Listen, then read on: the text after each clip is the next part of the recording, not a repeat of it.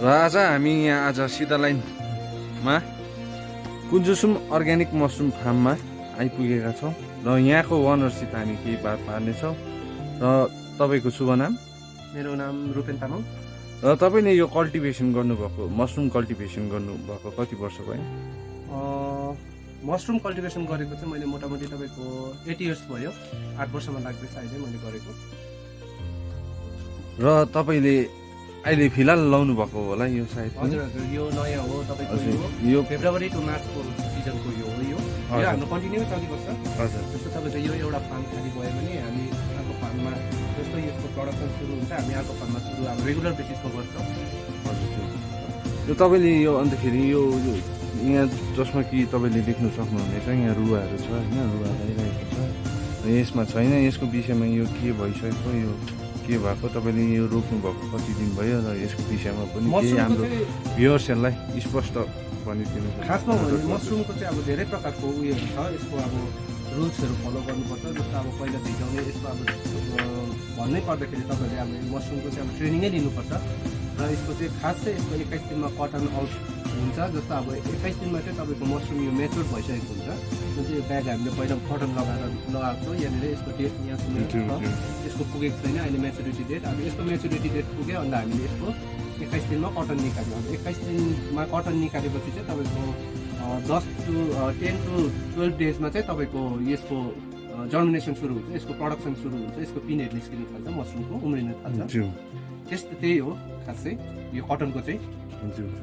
कटनको चाहिँ त्यस्तो छ। अन्त योमा चाहिँ तपाईँले के यो जुन हामीले देख्दैछौँ यहाँ परालमा चाहिँ के चाहिँ हाल्नुपर्छ यसमा होइन, दबाई पानीहरू? परालमा चाहिँ हाल्नु भन्दाखेरि अब थुप्रै प्रकारको मेडिसिनहरू युज हुन्छ। अब अर्ग्यानिक प्रकारले पनि गर्नु सकिन्छ, तर यो अर्ग्यानिकै हो हुनु चाहिँ। तर यसमा अब त्यस्तो ठुलो त केही छैन। यसमा तपाईँको चुनाहरू भयो, बेबिस्टिन भयो, तर त्यसको सबै मात्राहरू मिलाएर हाल्नुपर्छ।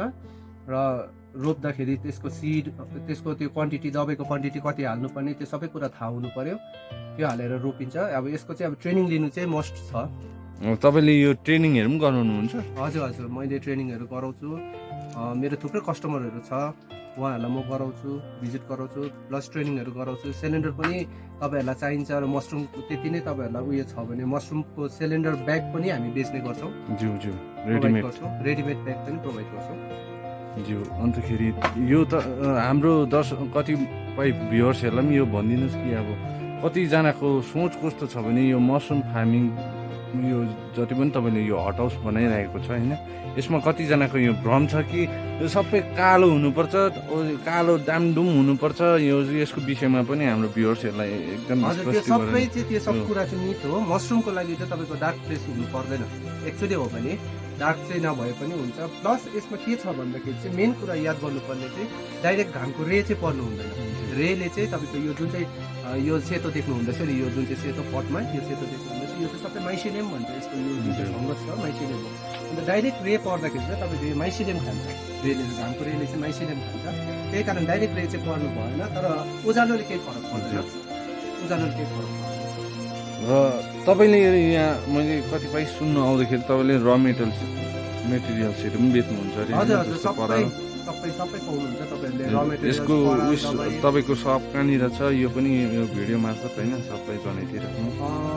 मेरो माथि मेन रोडमै हो, सिधा लाइन हो, सिधा लाइन रम्बुल सिधा लाइनमा हो।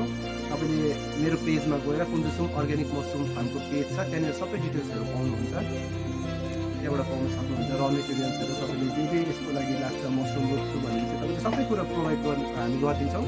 जस्तो यसको कटनदेखिको लिएर दबाई सिडहरू सबै कुरा पाउनुहुन्छ, ट्रेनिङ पनि पाउनुहुन्छ।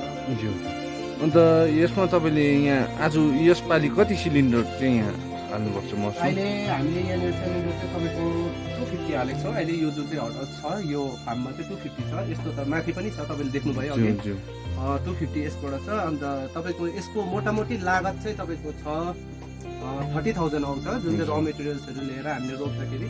तर यसको मास प्रडक्सन निस्किँदाखेरि चाहिँ हामीले मोटामोटी यसबाट 80,000सम्म अर्न गर्न सक्छौँ।